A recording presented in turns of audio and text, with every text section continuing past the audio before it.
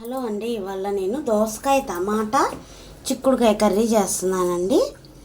చాలా టేస్ట్గా ఉంటుందండి ఈ కర్రీ. దాంట్లోకి కొంచెం కొత్తిమీర కూడా తీసుకున్నానండి. ఇప్పుడు ఇవన్నీ కట్ చేసుకుందాం. ఇది కడుక్కోవాలండి. ఉల్లిపాయల పొట్టు తీసుకోవాలి. నేను చాలా టేస్ట్గా చేస్తానండి. కట్ చేసుకున్నాం. చిక్కుడుకాయలు కడిగి దీంట్లో వేసుకున్నానండి. ఇప్పుడు దోసకాయ కూడా కట్ చేసుకుందాం. దోసకాయ కట్ చేసుకునే ముందు చేదు ఉందో లేదో చూసుకోవాలండి. చేదుకుంది. చిక్కుడుకాయలోనే దోసకాయ కూడా కోసుకున్నామండి. దోసకాయ చేదు ఉందండి, అందుకని లోపల ఇత్తనాలు తీసేసాను. పైది చూసుకున్నాం, పై తీయగే ఉందండి. దోసకాయ చేదు ఉంటే అసలు చూసుకోకుండా వండుకుంటే అసలు కూర అంతా పాడైపోయిందండి. చాలా మిస్టేక్ జరిగిపోయింది. అప్పుడు వండిన కూర అంతా పాడేసుకోవాల్సి వచ్చింది. ఒకరోజు నేనేం చేశానంటే దొండకాయలు అసలు చేదు ఉంటాయనే నాకు తెలీదు. కర్రీ అంతా వండేసి కూర తింటుంటే చేదు. ఇదేంటి చేదు ఉంది, నోట్లో పెట్టుకోవా ఇది కాట్లా. ఇదేంది ఇంత చేదు ఉంది, దొండకాయ కూర ఇంత చేదు ఉందేంది అని ఇంకా అప్పటి నుంచి అండి దొండకాయ కూడా తిని చూస్తా. దొండకాయ మీద గీట్లుగా ఉంటుందండి, సారల్లాగా. సారలు ఉన్న దొండకాయ అయితే ఎప్పుడైనా మీరు ఎవరైనా వండుకునేటప్పుడు టేస్ట్ చూసుకొని వండుకోండి. ఎందుకంటే నేను ఒకసారి అనుభవం అయింది కాబట్టి చెప్తున్నాను. ఉల్లిపాయ కూడా కట్ చేసుకున్నామండి. అన్నీ ఇందులోకే కట్ చేసుకోవాలి. ఎందుకంటే కలుపుకొని వండుకుంటే చాలా టేస్ట్గా ఉంటుందండి. నేనైతే చేతితో కట్ చేసుకుంటే చాలా సన్నగా కట్ చేస్తానండి.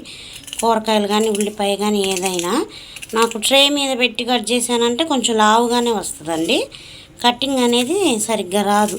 దీని మీద అయితే నాకు బాగా వస్తుంది చేతితో కట్ చేసుకుంటే. ఇంకా చాలా షార్ప్గా ఉండాలండి, అప్పుడు ఇంకా బాగా కట్ అవుతాయి కూరగాయలన్నీ. 4-5 పచ్చిమిరపకాయలు వేసుకోవాలండి. నేను ఒకటే వేస్తున్నా, నాకు ఒకటే కనబడింది మా ఇంట్లో. ఎంత ఎతికినా పచ్చిమిరపకాయలు కనబడట్లా, అయిపోయినట్టున్నాయి. టమాటాలు కూడా సన్నగా కట్ చేసుకోవాలండి.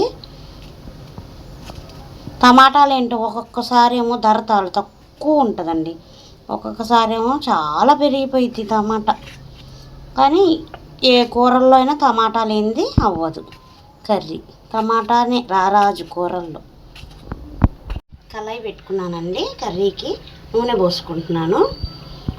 కలుపుకొని వండుకునే కూరలకి కొంచెం ఆయిల్ తక్కువే పట్టిద్దండి. ఎందుకంటే కలగలుపు కూర కదా, అందుకని తక్కువే పట్టిద్ది. అన్నీ వేసేసుకున్నామండి. చిక్కుడుకాయలు ఏంటో అసలు ఇప్పుడు వచ్చే సీజన్ కాదండి, అయినా కూడా ఇలా మందంగా గట్టిగా ఉన్నాయి చిక్కుళ్ళు. ఏదో స్మెల్కి టేస్ట్కి వేస్తున్నామండి. ఈ 3 కలిపి వండితే చాలా బాగుంటుంది కర్రీ. మీరు కూడా ఒకసారి ట్రై చేసుకొని కామెంట్ పెట్టండి. ఇప్పుడు కొంచెం పసుపు వేసుకున్నామండి. ఇప్పుడు ఉప్పు కూడా వేసుకున్నామండి. కూరకు సరిపడా ఉప్పు కూడా వేసుకున్నాం. ఎందుకంటే ఆ 2 వేస్తే ఈ మొత్తం మగ్గిపోయిద్దండి.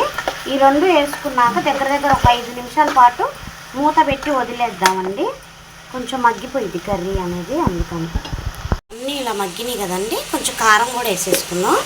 కారం కూడా వేసుకున్నాక కారం కూడా బాగా ఒక 5 నిమిషాల పాటు బాగా కలుపుకోవాలండి.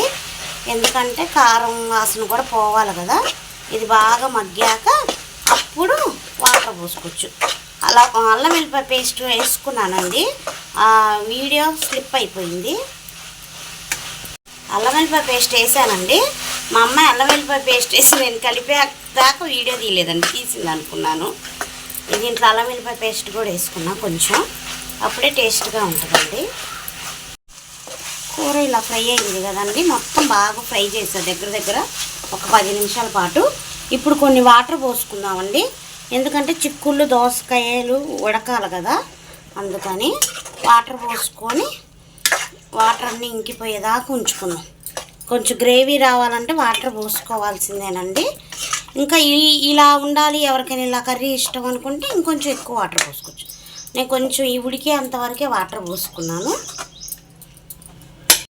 నీళ్లు పోసుకున్నప్పుడు ఇందాక చాలా ఉన్నాయి కదండి, దగ్గర 10 నిమిషాల పాటు నీళ్ళన్నీ ఇంకిపోయేదాకా ఉంచాను. ఇలా జ్యూసీలాగా కావాలనుకుంటే ఇప్పుడు ఈ స్టవ్ ఆపేసేసుకోవచ్చు. నేను ఇంకొంచెం చిక్కగా చేస్తున్నానండి. ఇంకొంచెం చిక్కగా అయితే బాగుంటుంది.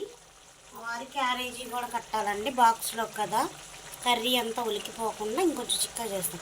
ఇప్పుడు కొంచెం కొత్తిమీర వేసుకుందాం. కొత్తిమీర వేసుకుంటేనే టేస్ట్గా ఉంటుందండి కర్రీలోకి. కర్రీ దగ్గరికి అయిపోయిందండి. కర్రీ కూడా రెడీ అయిపోయింది. ఎంత బాగుందో చూసారా. ఇప్పుడు స్టవ్ ఆపేసేసుకుందాం. మా కర్రీ చూసారండి ఎంత బాగా రెడీ అయిపోయిందో. దోసకాయ టమాటా చిక్కుడుకాయ కర్రీ అండి. నా వీడియో కనుక మీకు నచ్చితే లైక్ చేయండి, షేర్ చేయండి, సబ్స్క్రైబ్ చేయండి, కొంచెం సపోర్ట్ చేయండి.